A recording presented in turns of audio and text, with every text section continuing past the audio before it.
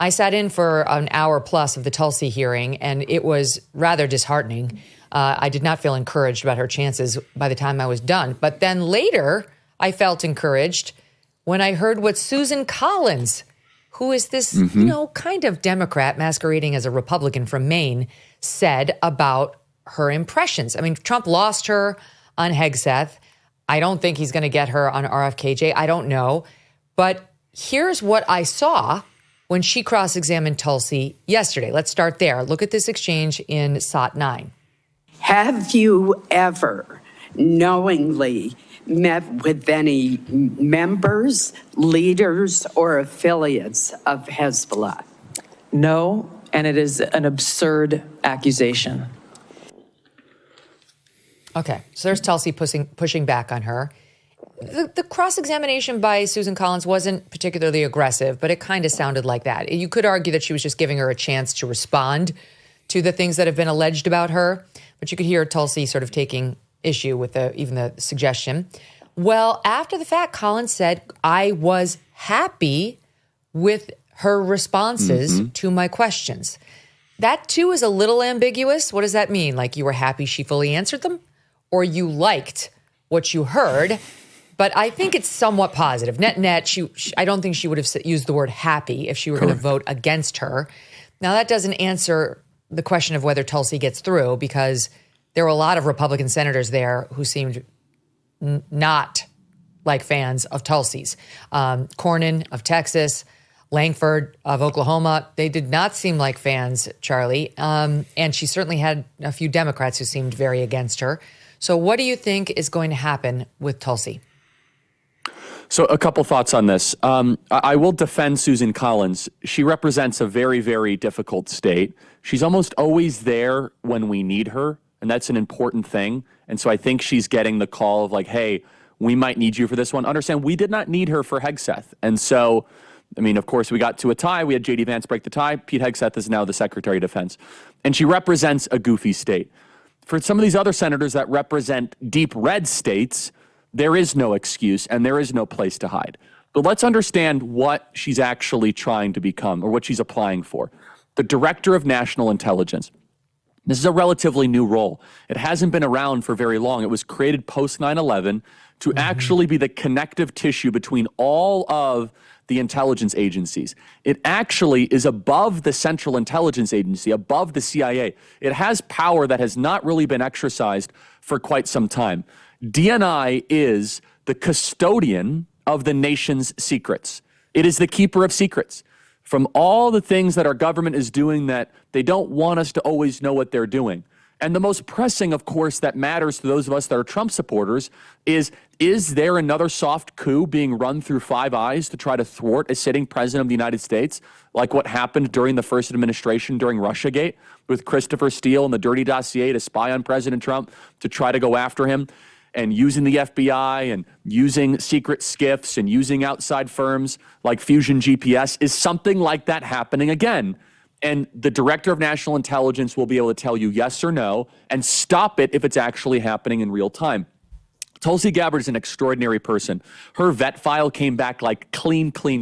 She actively has a top-level security clearance, a TSSCI. She serves in the military. She was a former Democrat, which makes this even more interesting because she has been so focused on trying to reorient American foreign policy to a America first standpoint, not one of neo-globalist, internationalist wars and nation building at every single corner and every turn.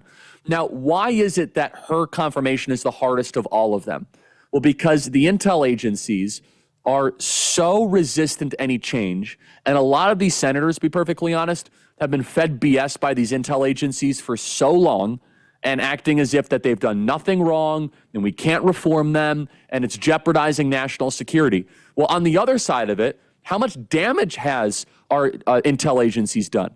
We invaded Iraq wrongly, by the way, because of faulty intelligence on weapons of mass destruction.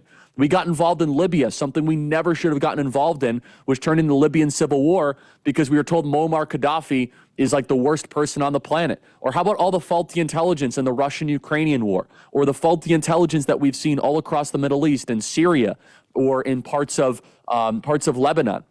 What Tulsi Gabbard wants to do is restore the integrity of the nation's intelligence service.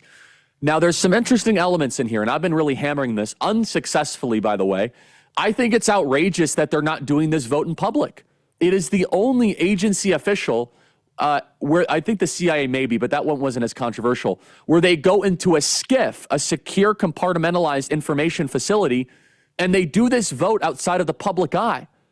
And I think that's outrageous. I think when you're trying to elect somebody who's a lifelong transparency advocate and you're going to go into a secret facility and we can't see how the actual members vote, I find that to be repulsive. I think people should be incensed about that. I think that our elected officials should not operate in the shadows, that they should tell you how they vote. And so just to reiterate, when they actually end up voting for Tulsi Gabbard, this will not be like how they vote for Bobby Kennedy, where they sit out and they say, aye, nay, aye. Okay, the ayes have it, goes out of committee. They go into a secret room where no cell phones, no staff, only members are allowed in a secure compartmentalized information facility, and they'll say, well, what do we think about Tulsi? And they'll take the vote, and they could decide to make the results public, or they could lie about the results, or they could do vote trading. I think the front page of a certain newspaper says democracy dies in darkness. Hey, Washington Post, any interest in this one? Where our elected senators are going into a SCIF to go determine the future of who is the custodian of our nation's secrets? If that is not darkness, what is darkness? Because we don't know how Mike Rounds is going to vote or Todd Young. Please, yes. The risk in them doing it is, what we think is that if they sink her nomination, it will be the Republicans who sink her. I mean, that's what's going to happen here because they have the majority. Of course, and we won't know. But they were even harder on her yesterday than the Dems. Honestly, it was like, it was tough to find somebody who sounded like they were going to defend her. She handled herself beautifully. I mean, she was articulate and poised and strong and unflappable. It was to the point where I was there and I brought my assistant, Abby, who comes with me pretty much everywhere. And Abby's got 2 young daughters. And she said, I'm going to make my daughters watch this. I want them to see this. Like, she always looks for strong, articulate women so she can show her young girls, look at that. Like, that's possible. You can be that. And that's so great. That's how strong she was. She never lost her cool. I mean, it was actually an example in how to handle yourself, but there was absolutely no warmth coming her way from the other side of the aisle. I mean, I mean across the hearing room, whether you were on the left or the right. So I left worried, and my pal Glenn Greenwald, who's a big Tulsi advocate, is worried too. And I just don't even know what to do to help her, Charlie. I'm not sure how we help her. Well, so we have to keep the one element of hope is that the chairman of the Senate Intel Committee is Tom Cotton. He has voiced support, and he went on Sean Hannity's program, and he said that he thinks Tulsi's going to get confirmed. So here is my hope. My hope is that senators who really don't like Tulsi are going to go in this SCIF, and they're going to feel all the public pressure, and they'll say, guys, let's just vote to put her on the floor. Now, understand, you can vote for her in committee and then vote against her in the floor, which is probably the deal that they're brokering with Susan Collins, to be perfectly honest, right? That they say, hey, just get her out of committee. Now, once it's on the floor, there is no SCIF, there's no hiding. That is in public.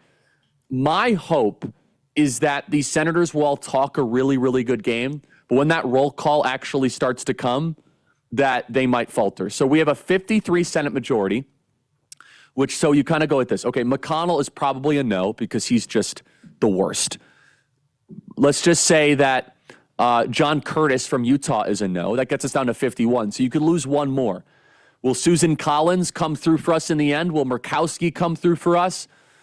How will Lankford vote? How will Todd Young vote? Cornyn? We don't know, but Cornyn. I think Cornyn will end up voting for her. Look, if Cornyn does not vote for her, he is done in No, he is done in Texas, by the way, if he does not vote for Bobby Kennedy. And that's not a veiled threat. I can tell right now there's very well-funded opposition that is being mounted. He's in a deep red state. He's already, in a lot of ways, deeply unpopular. We've said at Turning Point Action that if you oppose President Trump's nominees and you are from one of these red states, we are going to fund a primary challenge against you. We've been very open about that.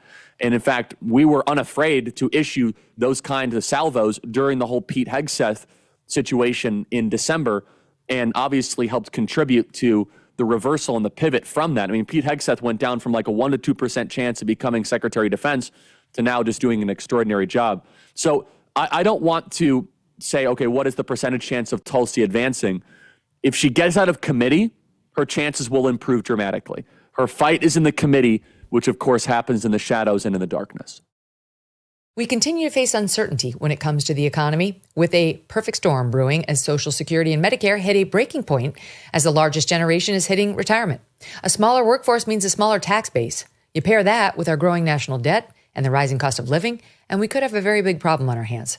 So what are you doing right now to protect your family for the future? Gold can be a very safe haven in very hard economic times, and Birch Gold makes it easy to diversify a portion of your savings into physical gold. Birch Gold will help you transition an existing IRA or 401k in whole or in part into an IRA in gold, and it won't cost you one penny, not one, out of pocket. Protect your future today. Text MK to 989898 and get your free info kit on gold and a copy of The Ultimate Guide for Gold in the Trump Era with a foreword by Donald Trump Jr. There's no obligation, just information. Birch Gold has earned the trust of countless Americans looking to safeguard their savings. Text my initials, MK, to the number 989898 today. Thanks so much for watching. If you like what you just saw, hit the subscribe button for more clips and full episodes.